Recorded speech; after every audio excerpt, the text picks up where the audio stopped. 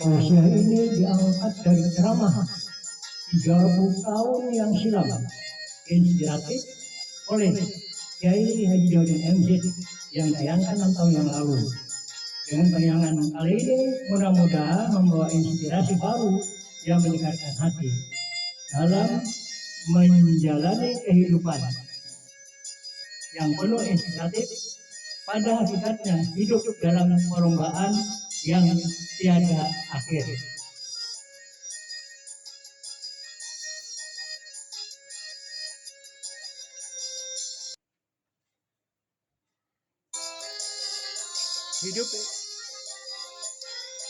Hidup ini pada hakikatnya suatu perlombaan yang bertangkal tetapi tak berujung, yang hakiki. Dalam perlombaan itu ada yang menang, ada yang kalah. Al-Quran lalu memberikan peringatan dalam Quran surah Al-Takasur ayat 1 sampai dengan 8. Mari kita simak bersama.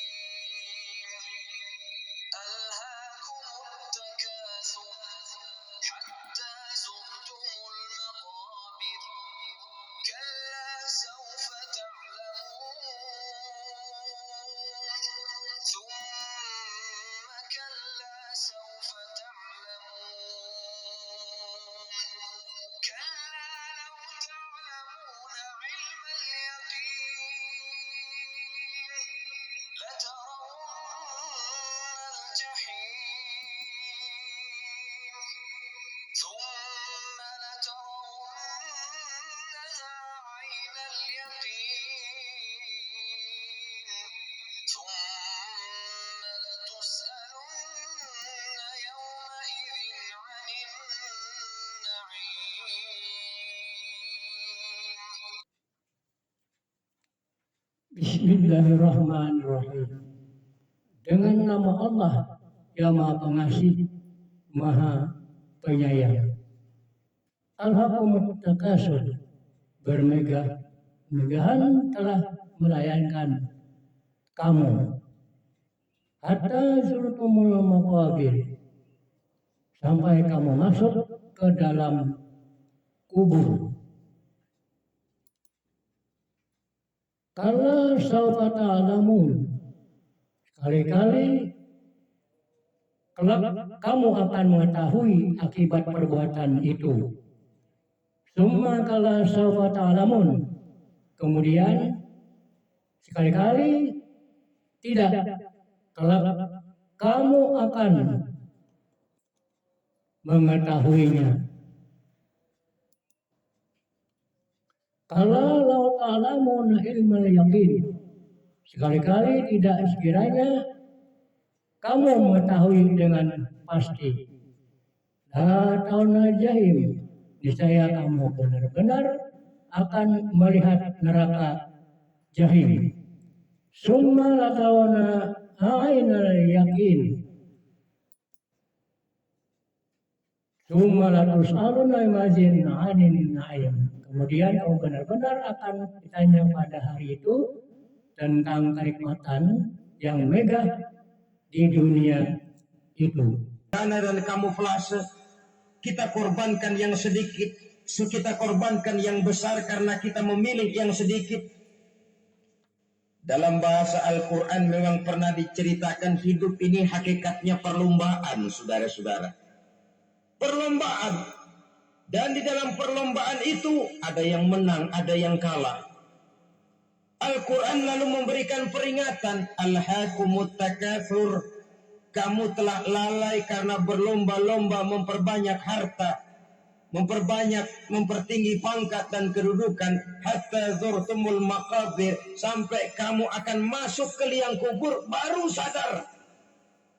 Apalagi kalau nafas sudah sampai di tenggorokan, persis Fir'aun sudah tenggelam di lautan merah, mau mampus, baru dalam sekaratnya amantu birabbi Musa wa Harun. Kalau begini caranya, saya juga percaya kepada Tuhan Musa dan Harun, percaya kepada Allah. Sudah mau mati, baru amantu birabbi Musa. Kami percaya kepada Tuhan Nabi Musa, kata Fir'aun. Malaikat maut kesal benar, dilelepin terus di laut. Mampus tuh sekalian. Hidup ini memang kita berlomba. Berlomba dengan waktu, berlomba dengan umur, berlomba dengan tenaga, berlomba dengan tetangga. Yang jangankan kita sampai mundur, berhenti saja sejenak, kita akan ditinggalkan oleh yang lain. Tiada kata mundur, bahkan tiada kata berhenti. Sekali kita melangkah, melangkahlah terus. Tapi berlombalah seperti yang dikehendaki Quran. Fastabiqul khairat. Berlomba-lombalah di dalam kebajikan. Jangan berlomba-lomba di dalam kemaksiatan, kemunkaran, kejahatan. Berlombalah dalam urusan kebaikan. Saudara-saudara kaum muslimin rahimakumullah. Tauhid, berbakti kepada ibu bapa, kemudian pendidikan tentang moral. Apabila pendidikan tentang moral sudah tertanam, barulah lihat bakat si anak. Kemana bakatnya? Anak saya kelihatannya dari kecil demennya main bedil-bedilan saja. Abri kali itu. Kirim ke Magelang, masukkan akabri. Tapi dengan syarat 3 itu tadi. Iman sudah tertanam, rasa bakti kepada ibu bapak sudah ada dan punya nilai moral. Sehingga boleh jadi nanti dia menjadi jenderal yang beriman, yang berbakti kepada ibu bapaknya dan punya moral yang tinggi. Kan lebih baik rakyat rendah tapi akhlaknya tinggi daripada pejabat tinggi tapi moralnya rendah.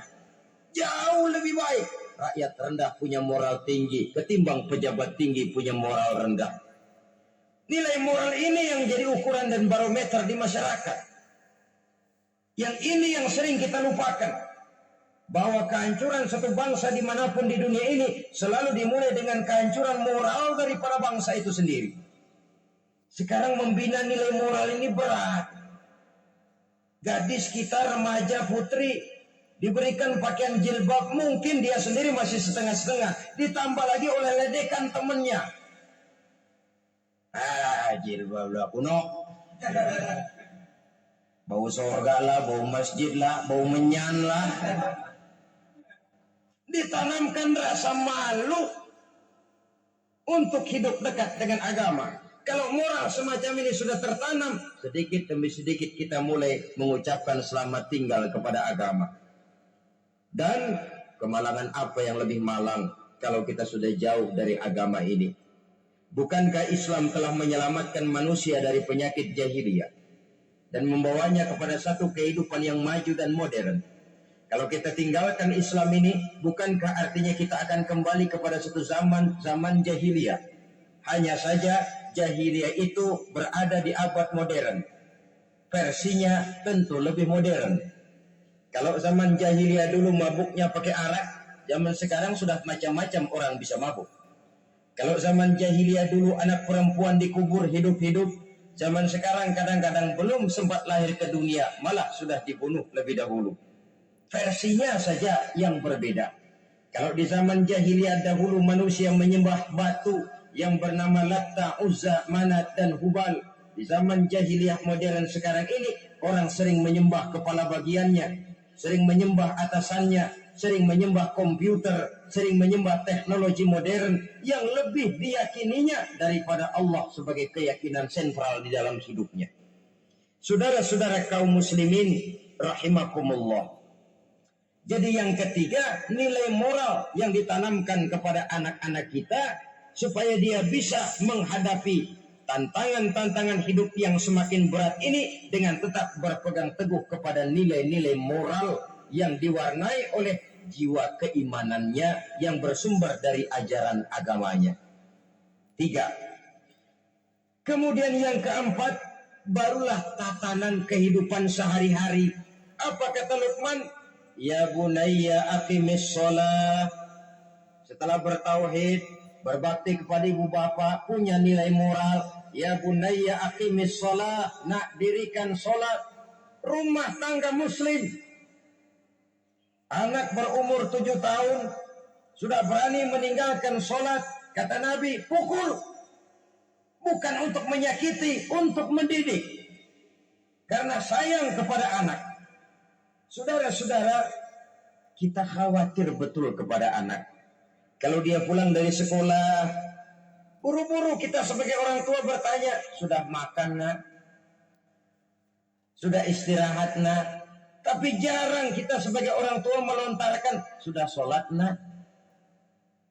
Bahkan kita bisa memberikan sugesti kepada anak.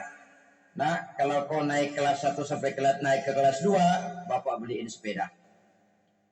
Tamat SD nak, motor. Tamat SMP nak, ke Bali kita. Tamat SMA nak, Singapura. Saudara-saudara, tapi kalau untuk urusan sholat misalnya, kita tidak pernah memberikan sugesti kepada anak-anak kita. Nah, kalau kau hafal Fatihah lengkap dengan artinya, bapak beliin sepatu. Nah, kalau kau bisa sholat dengan baik, cukup syarat rukunnya, bapak beliin sepeda. Ada rangsangan, ada sugesti yang membuat anak lebih tergerak untuk hidup dalam suasana keagamaan.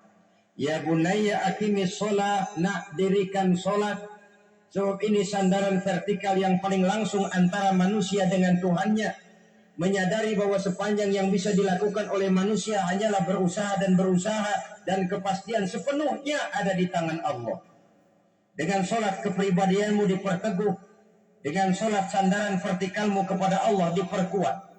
Dan pada waktunya nanti Al-Quran memberikan bimbingan, hendaklah minta tolong kepada Allah dengan sabar dan tetap mendirikan sholat.